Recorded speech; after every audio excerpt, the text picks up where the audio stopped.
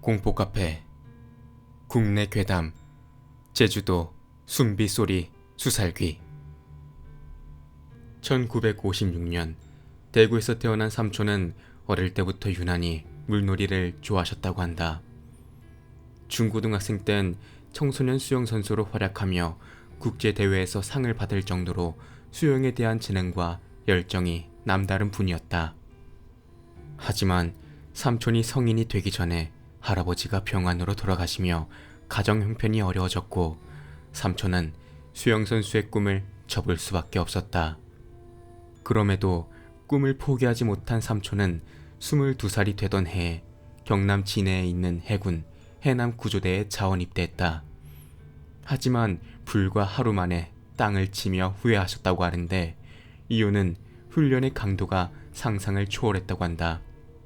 고된 훈련을 하루하루 간신히 버텨내신 삼촌은 군 복무 중 수중 용접 기술을 배우셨고 전역 후에 부산에 꽤 규모 있던 조선소에 취직해 5년간 산업 잠수부로 활동했다. 그러다 30살에 제주도가 고향이신 직장 동료분과 사랑에 빠졌고 그분과 결혼 후 제주 서귀포의 작은 어촌 마을에 정착하게 되었다. 그때가 80년대 초반이었는데 당시 전문 인력이 귀했던 제주도에서는 젊은 나이에 1급 잠수 기능사인 삼촌을 필요로 하는 곳이 많았다. 삼촌은 인양 작업이나 수중 공사 등 다양한 일을 하셨고 그렇게 가정을 이룬 삼촌은 열심히 일하시며 나름 넉넉하게 행복한 나날을 보냈다. 그러던 어느 날 평안한 마을에 불미스러운 일이 일어났다. 마을 해변과 선착장 사이에는 커다란 갯바위 하나를 중심으로 암초대가 형성이 되어 있었는데 이것은 다양한 바다 생물의 굴락지로 낚시꾼들 사이에선 꽤 인기 있는 낚시 포인트였다. 그런데 이곳에서 밤낚시를 하던 2명의 낚시꾼이 실종된 것이다. 주민들은 그저 낚시꾼들의 부주의로 그들이 너울에 휩쓸린 거라며 유감을 표할 뿐 크게 동요하는 사람은 없었다. 하지만 며칠 후 같은 장소에서 또 다른 낚시꾼이 익사하는 사건이 일어났다. 사고와 관련된 이상한 소문이 퍼지기 시작했고 삼촌은 사건의 자세한 내막을 알게 되었다. 한 젊은 낚시꾼이 동료들과 함께 갯바위 위에 자리 잡고 앉아 회를 안주 삼아 과하게 술을 마셨다고 한다. 그때 누군가 물가와 가까운 암초 위에 서서 소변을 봤는데 그러다 갑자기 바다에 첨벙 뛰어들었다는 것이다. 동료들은 처음에 그가 술에 취해 넘어진 줄 알고 깔깔 웃었는데 물에 빠진 그가 갑자기 소리를 지르며 먼 바다로 헤엄쳐 갔다고 한다. 일행들이 그를 애타게 불렀지만 그는 뭔가에 홀린 듯이 계속해서 멀어져 갔고 몇몇 사람들이 물에 뛰어들어 그를 쫓아갔지만 다들 물에서 뭘 본 건지 반쯤 넋이 나간 채로 기겁을 하며 물 밖으로 도망쳐 나왔다고 한다. 바닷속으로 사라진 그는 다음날 싸늘한 시신이 되어 무트로 밀려왔는데 시신의 입 안에는 정체 모를 머리카락 한 뭉텅이가 발견되었다고 한다. 갯바위 낚시가 위험하긴 해도 그것은 전례 없던 끔찍한 사고였다. 연이은 사고로 인해 평화롭던 마을 전체가 술렁이기 시작했다. 그 후로 몇 달 사이에 바다에서 물질을 하던 해녀까지 실종되는 사건이 발생했다. 해녀들은 수심 15m 이상에서도 작업을 거뜬히 하는 베테랑이었다. 그리고 보통은 서너 명의 해녀들이 짝을 지어 작업을 하기 때문에 위험한 상황이 발생한다면 분명 동료들이 먼저 알아챘을 것이다. 마을 해녀들이 바다에 나가 사망하거나 실종되는 일은 단 한 번도 없었다. 그런 해녀의 사고 소식에 마을 주민들 모두 당황했다. 당시 주변 해녀들의 말에 따르면 실종된 해녀들 모두 평소와 같이 물질을 하다가 어느 순간 감쪽같이 사라져버린 탓에 그 누구도 이상한 낌새를 알아차리지 못했다고 한다. 그런 상황에서 실종자 수색에 나선 숙련된 잠수부까지 실종이 되자 마을은 한바탕 난리가 났고, 작은 어머니는 삼촌이 수색 작업을 하시는 걸 필사적으로 막았다고 한다. 이 모든 일들이 불과 반년 사이에 한 마을에서 일어났다. 그 후로 얼마 지나지 않아서 인근의 낚시꾼 한 명이 또 실종되자 이 모든 것은 물귀신의 탓이라는 흉흉한 소문이 마을 전체에 돌기 시작했다. 결국 한평생을 물질로 업을 삼았던 해녀들조차 바다에 들어가길 꺼려했고, 낚시꾼들 역시 더 이상 이 마을을 찾지 않게 되었다. 거기다 설상가상으로 어업 수확량까지 눈에 띄게 줄어들자 급기야 마을의 털을 잡고 살아온 주민들마저 떠나가기 시작했다. 어업의 잠정 중단과 줄초상으로 평화로운 마을은 한순간에 아비규환이 되어버렸다.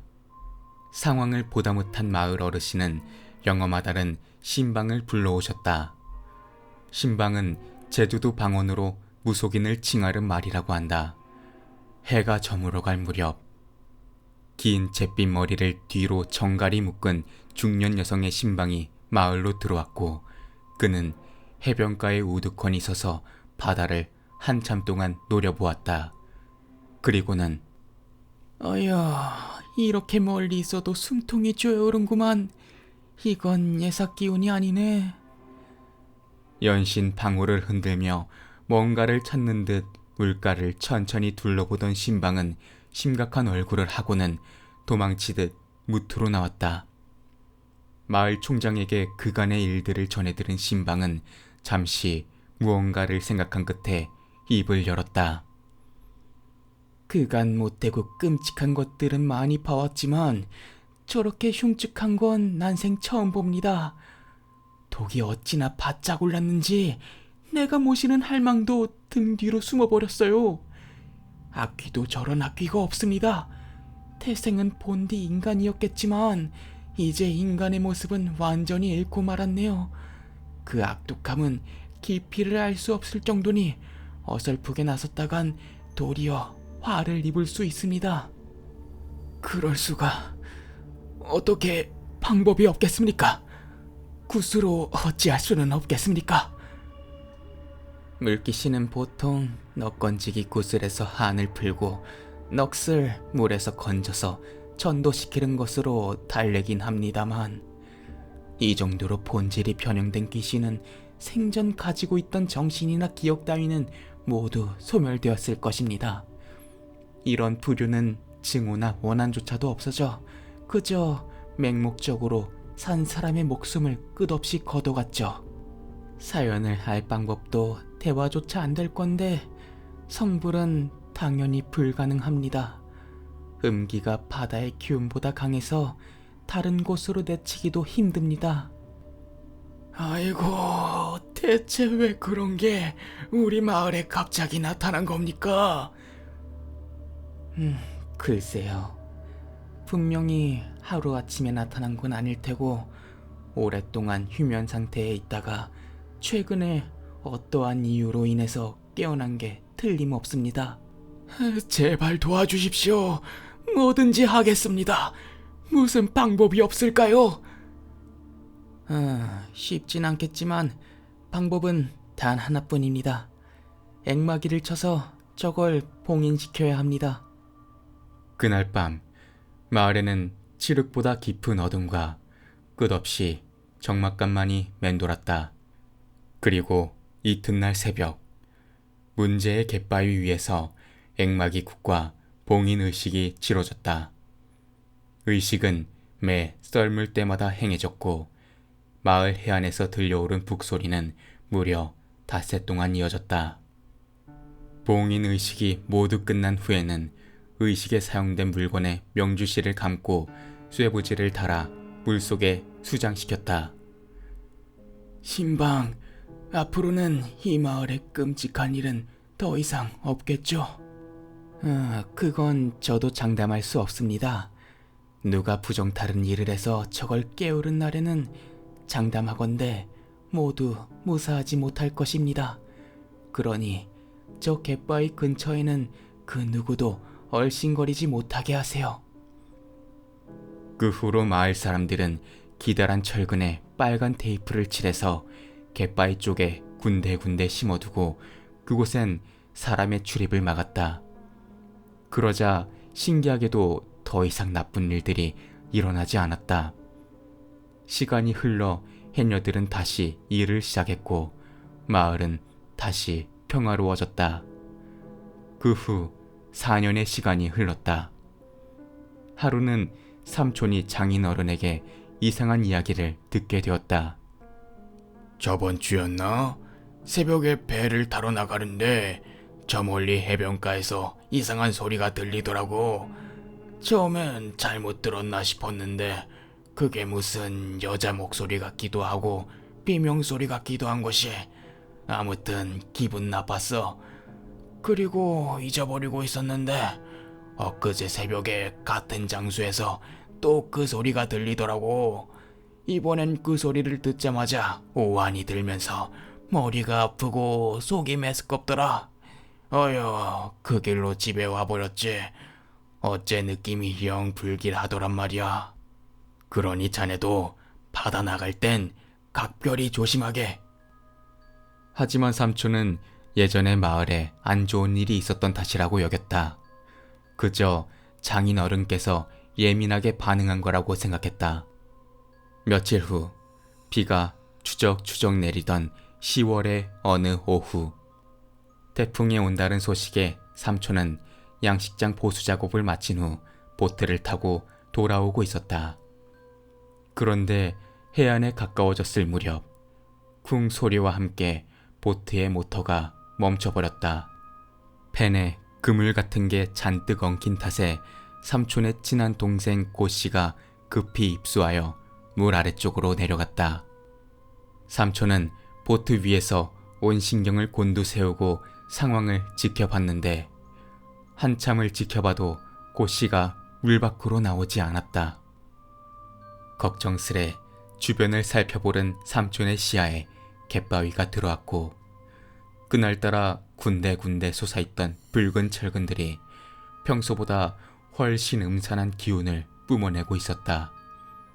왠지 모를 불길한 예감에 삼촌이 입술을 하려던 그때 고씨가 꼬르륵 소리를 내며 물 밖으로 고개를 내밀었다.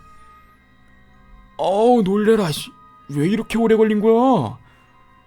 에휴, 행님, 이거 그물이 아니고 머리카락 같은데요.